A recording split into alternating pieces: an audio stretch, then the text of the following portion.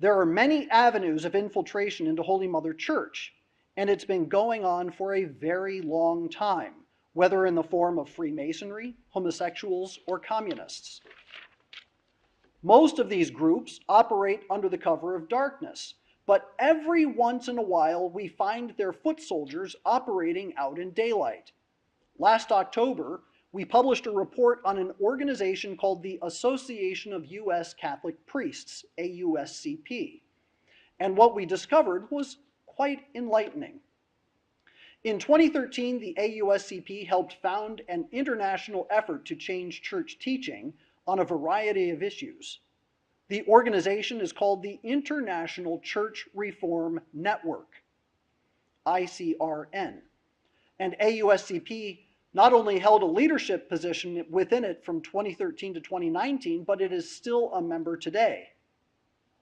The ICIRN's main area of focus included discussing strategies for achieving the ordination of women to the priesthood, homosexual activism, and the establishment of what they call priestless parishes.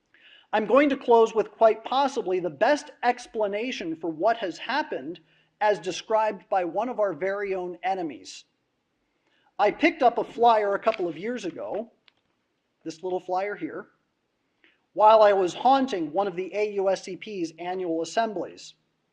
The inside of the AUSCP flyer explains that its mission is to enact constructive efforts to build a new church in place of the old one, establishing a new foundation with new pillars. Listen to what he says.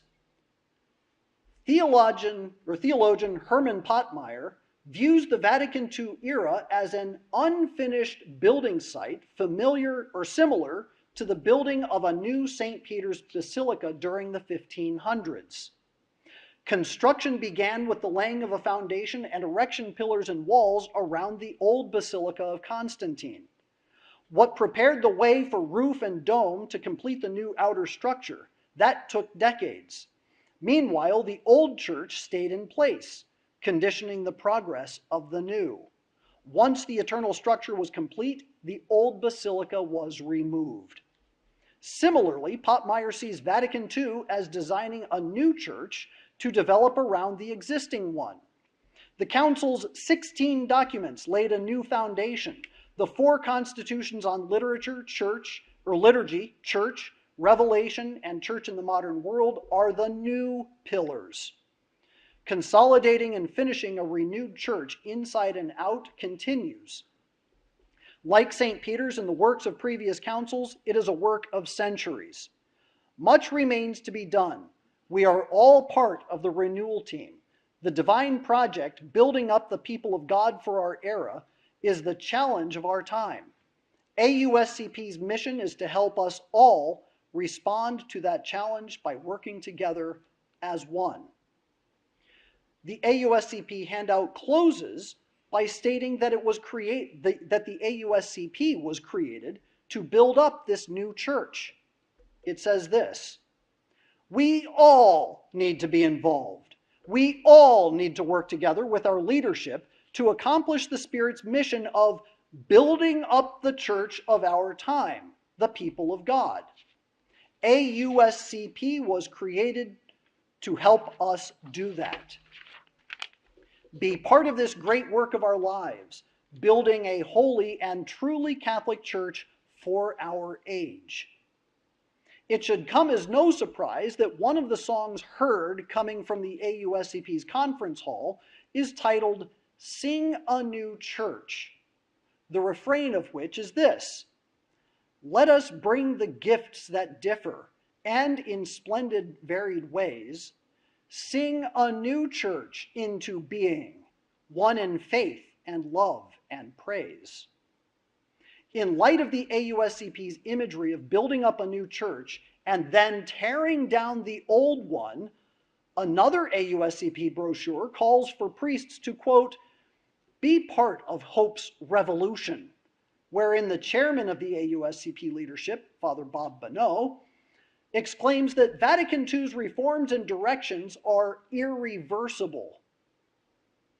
In this imagery, of building a new church and tearing down an old one, uh, all of this imagery of building up a new church and tearing down an old one may sound familiar to those who are amateur students of Catholic prophecy. In the 1800s, a Catholic mystic whose body bore the stigmata experienced a series of prophetic visions regarding what she called a counterfeit church. In her visions of this counterfeit church, she saw workers building this new church over an old one, which they intended to demolish. The following excerpts of Anne Catherine Emmerich's writings describe precisely what the AUSCP and its allies say of themselves. This is what she said. This is a long quote. "I saw the fatal consequences of this counterfeit church. I saw it increase. I saw heretics of all kinds flocking to this city. I saw the ever-increasing tepidity of the clergy, the circle of darkness ever widening, and now the vision become more extended.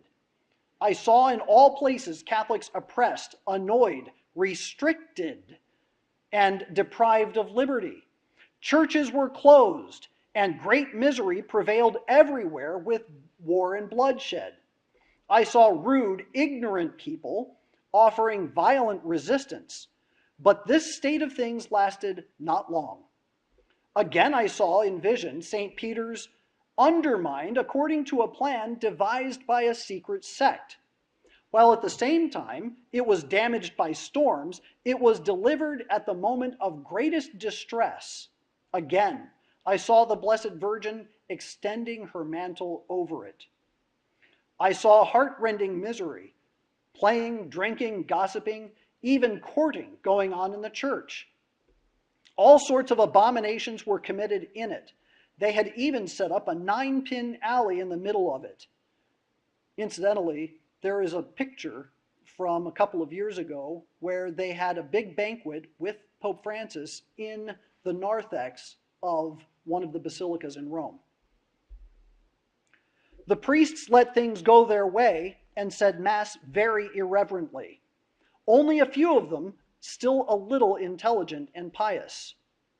I saw that many pastors allowed themselves to be taken up with the ideas that were dangerous to the church. They were building a great, strange, and extravagant church. Everyone was to be admitted into it in order to be united and have equal rights. Sound familiar? Protestants, Catholics, sects of every description. Such was to be the new church. I saw St. Peter's. A great crowd of men were trying to pull it down whilst others constantly built it up again. Lines connected to these men, one with another and with others throughout the whole world. I was amazed at their perfect understanding. The demolishers, mostly apostates and members of different sects, broke off whole pieces and worked according to the rules and instructions. They wore white aprons, bound with a blue ribbon. Those are Masonic aprons. In them were pockets that had trowels stuck in their belts. The costumes of others were various.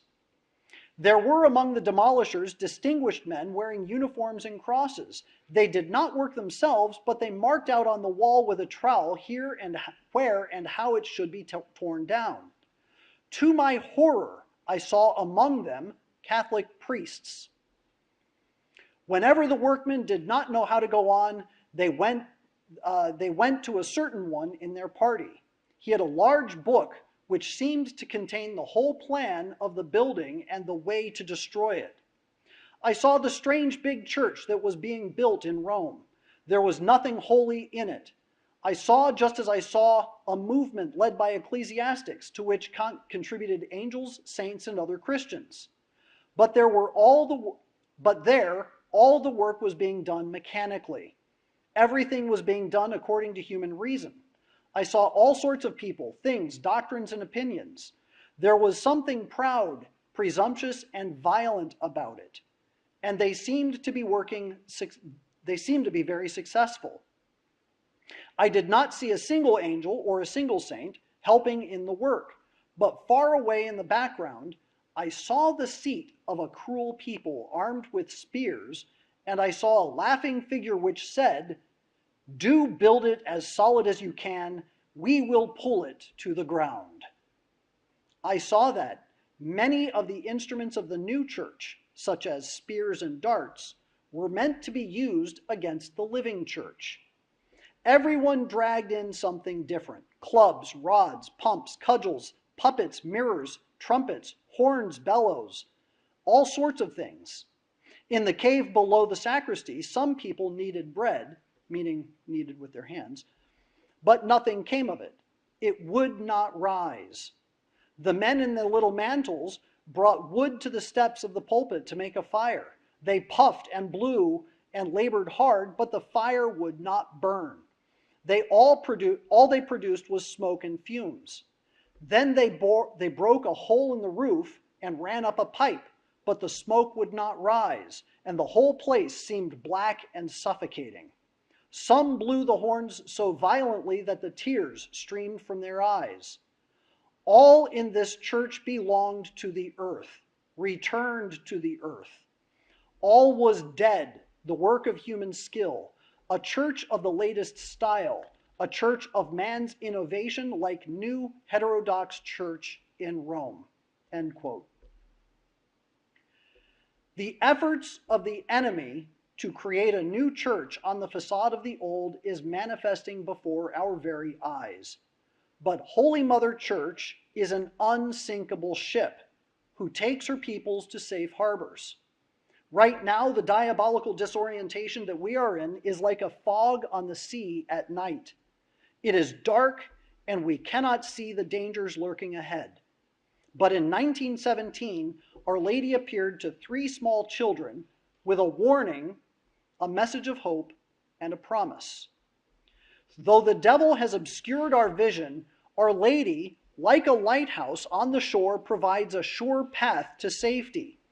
As Blessed Anne Catherine Emmerich pointed out, a message we hear repeated in Fatima, it is at the last moment of greatest distress that the Church will be delivered by the Blessed Virgin herself.